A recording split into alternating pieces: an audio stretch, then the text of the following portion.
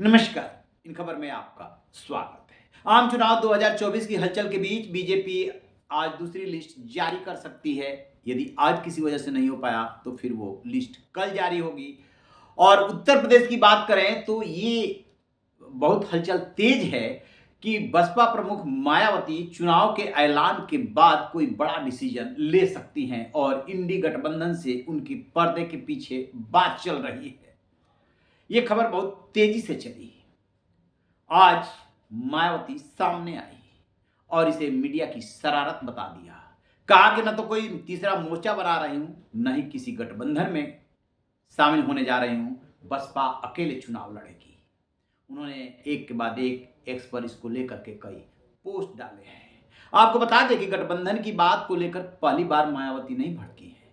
इसके पहले जब इंडी गठबंधन की बैठक हुई थी और मायावती को उसमें शामिल करने को लेकर के अखिलेश यादव ने विरोध किया था और बाद में अपना स्टैंड बदल लिया था, तब भी उन्होंने इसी तरीके से पोस्ट डाला था और प्रेस कॉन्फ्रेंस करके अखिलेश यादव को गिरगिट की तरह रंग बदलने वाला बता दिया था और साफ कर दिया था कि ये राजनीति है, पता नहीं कब किसकी जरूरत पड़ जाए। और ये भी कह दिया था कि वो किसी भी गठबंधन में शामिल नहीं होंगी बल्कि अकेले चुनाव लड़ेंगी।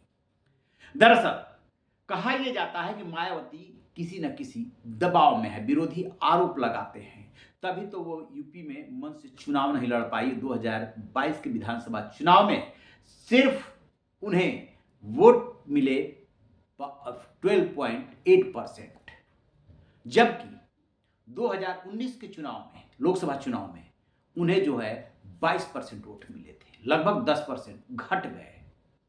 तो विरोधी तो घेरेंगे ही। एक विधायक जीता बलिया के रसड़ा से, उमाशंकर सिंह।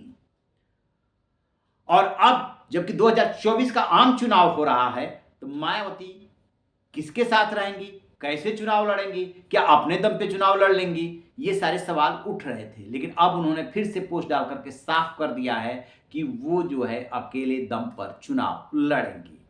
दरअसल याद कीजिए 2007 का चुनाव जब विधानसभा के लिए हुआ था, तब बहुजन समाज पार्टी अपने दम पर यूपी में सत्ता में आ गई थी। 2012 से 17 तक समाजवादी पार्टी का शासन रहा, तब सपा भी अपने दम पे सत्ता में पहली बार आई। और उसके बाद बीजेपी ने जो कब्जा किया तो 2 टर्म में लगातार वो जीत रही है। मायावती पर आरोप लग रहे हैं कि वो बीजेपी की बी टीम बन करके उसकी मदद कर रही हैं, किसी न किसी बड़े दबाव में हैं। लेकिन मायावती कहती हैं कि ऐसा बिल्कुल नहीं है। अब बात करते हैं वोट बैंक की। वोट बैंक में मायावती के कभी वोट बैंक दलित और मुस्लिम पिछड़े भी शामिल है हुआ करते हैं। खासतौर से दलित के 2 भाग हो जाते हैं, जाटव और वाल्मीकि। तो जाटव वोट बैंक पे उनका कब्जा है। अब वो वोट बैंक जो है टूटा है, दरका है, जिसकी वजह से 2022 के चुनाव में बुरी तरीके से मात मिली। एक नुकसान उनको और हुआ है कि जो मुस्लिम है वो सपा की तरफ शिफ्ट हो रहा है। उन्हें किसी तरीके से अपने पाले में लाना है। मायावती को भी और बहुजन समाज पार्टी को भी मुस्लिम वोट करते हैं। इस बार उनके सामने सबसे बड़ी चुनौती अपने पुराने वोट बैंक को साध करके अपने पाले में खींचने की है, क्योंकि 2022 में वो बुरी तरीके से मात खा गई है।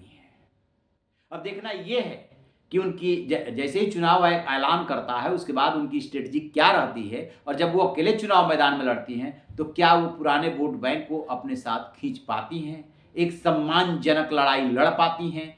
क्योंकि समाजवादी पार्टी और कांग्रेस जो इंडी गठबंधन में शामिल है वो दोनों साथ में मिलकर के चुनाव लड़ रहे हैं और ये जो है एक तीसरी ताकत के रूप में चुनाव लड़ेंगी। एक तरफ एनडीए होगा, दूसरी तरफ इंडी गठबंधन होगा और तीसरी तरफ बहुजन समाज पार्टी होगी। क्या लगता है आपको, मायावती कितना सक्सेस हो पाएंगी अकेले? अपनी राय कमेंट बॉक्स में जाकर के जरूर दीजिएगा। रहिए बेखबर, देखते रहिए इन खबर। Thank you.